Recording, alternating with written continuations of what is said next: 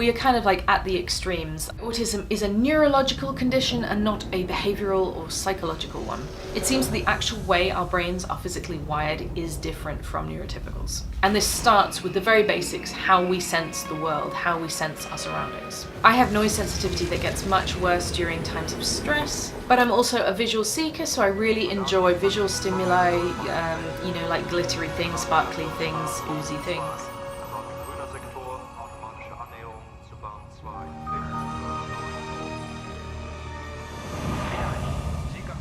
Is this to be an empathy test? Capillary dilation of the so-called blush response? Fluctuation of the pupil? Involuntary dilation of the iris? It's a multi-system failure to social, in the way that is expected by society. Deficits in social emotional reciprocity, ranging, for example, from abnormal social approach and failure of normal back and forth conversation to reduced sharing of interests, emotion or affect, to failure to initiate or respond to social interactions. 1187 Hunterwasser. That's the hotel. What? Where I live. Nice place? Yeah, sure, I guess. Is that part of the test? No, just warming you up, that's all. It's not fancy or anything. You're in a desert, walking along in the sand when all of a Is sudden... this the test now? Yes, you're in a desert, walking along in the sand when all of a sudden you look What down... one? What? What desert? Doesn't make any difference what desert is completely hypothetical. But how come I'd be there? Maybe you're fed up. Maybe you want to be by yourself. Who knows? It's about nonverbal communication. And you might be able to do it to some extent, but the point is that it's an atypical expression of it.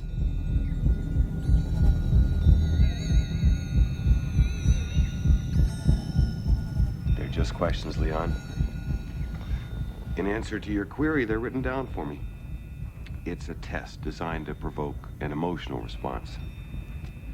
In the late 80s and early 1990s, people all over the world were seeing an autistic adult for the first time.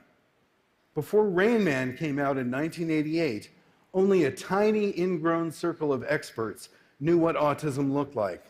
But after Dustin Hoffman's unforgettable performance as Raymond Babbitt earned Rain Man 4 Academy Awards, pediatricians, psychologists, teachers, and parents all over the world knew what autism looked like. I was in my late 20s, married, a homeowner with a dog and a cat and a mortgage, and now a diagnosis I dared not tell anyone about. I've talked on screen before about the chilling effect the film Rain Man had upon my life 10 years before that. I've lost count of the embarrassing incidents and awkward conversations caused by that film alone. It did so much damage to my relationships and my self-esteem that I had to reset my entire life. I did the chameleon thing and became someone else, figuratively speaking. Are you Sapper Morton? Civic number NK68514. I'm a farmer. I saw that. How long you been here? Since 2020. But you haven't always been a farmer, have you? I was lucky enough to have the strength and skills to mask my way through most of those years undetected, but it scared the living daylights out of a lot of us, and I was no exception. In 1995, 96, I started getting calls from parents who said my child was developing perfectly normally, and then they had their MMR vaccine in many cases, and then they just disappeared. British gastroenterologist Dr. Andrew Wakefield believes he's found a link between the vaccine and autism. 3 years ago, he published his findings in the British medical journal The Lancet after studying 12 children whose parents saw a severe reaction following the routine inoculation. For me, it put the kibosh on any ideas I had about coming out as autistic to my then wife and my new circle of friends and colleagues in the new town I'd moved to hundreds of miles from where I was born. In online communities, we'd started to wonder if it was time to start educating folks about our lives, to show them that autism isn't just about kids, to help build some kind of support network. What happened to your boys? We lost them. We lost our boys, and we were given 2 boys, the same outward body, but inside different. And that was after we had them vaccinated. I still ended up losing everything and had to start all over again anyway. But that's what being constantly scared does to you.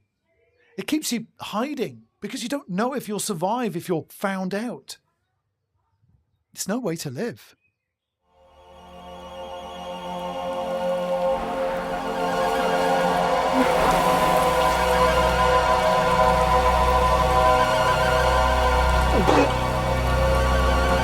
Quite an experience to live in fear, isn't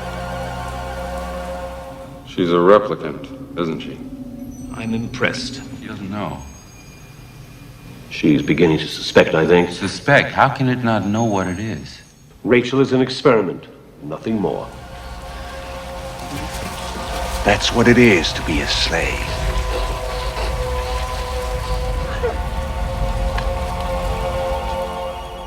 Dr. Wakefield's got some theories, but absolutely no findings.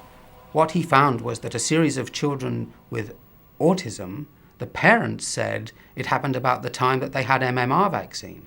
Nobody but Dr. Wakefield has been saying that MMR is the cause of these bowel conditions and autism.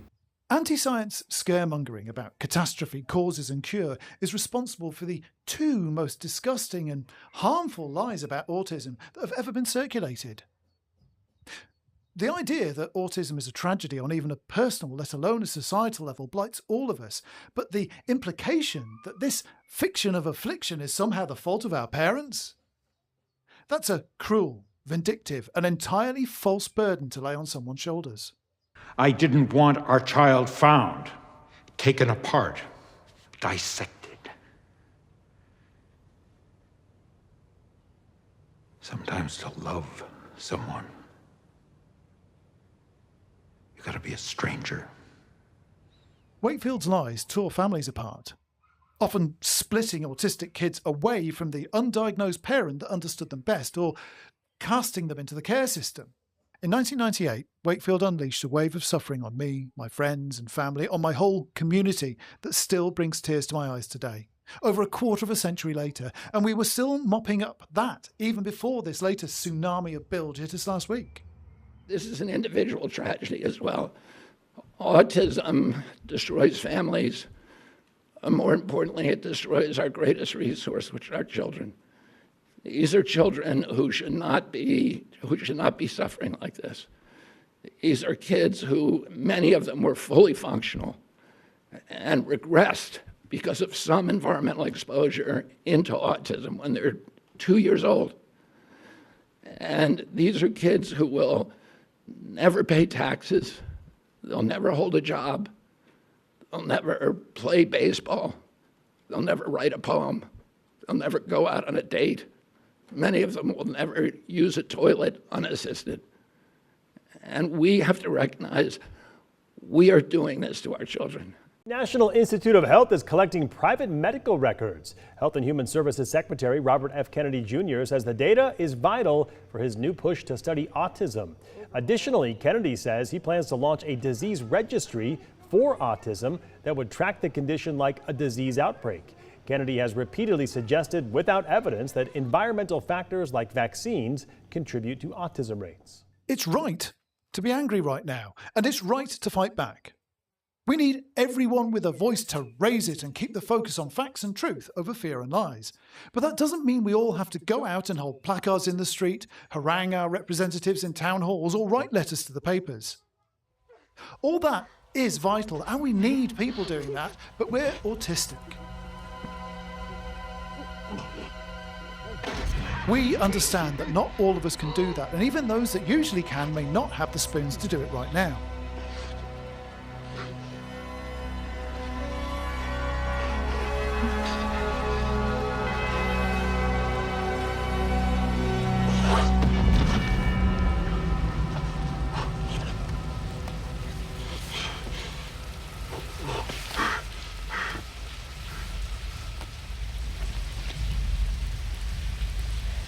We can all do our bit just by showing people that we're not what we're being made out to be. I've seen things you people wouldn't believe. Attack ships on fire off the shoulder of Orion.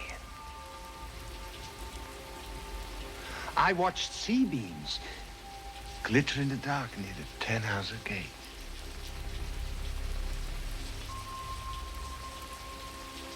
All those moments will be lost in time, like tears.